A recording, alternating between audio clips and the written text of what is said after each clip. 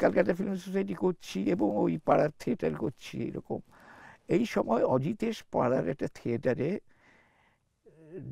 জাজ হয়ে এসেছিলেন আমাদের পাশের পাড়ায়। আচ্ছা। একটা বিবেকানন্দ সেন্টিনারিতে একটা নাটক হয়েছিল, অজিত কৃষ্ণ গঙ্গোপাধ্যায়, অজিত গঙ্গোপাধ্যায়ের নাটক। হ্যাঁ, সেইটা, হ্যাঁ, নাটকটাতে আমি পাঠ করেছিলাম আচ্ছা। এবং ডিরেকশন দিয়েছিলাম। সেটা দেখে খুব ভালো লেগেছিল ওনার, উনি আমাদের প্রাইজ টাইজ দিয়েছিলেন। আচ্ছা।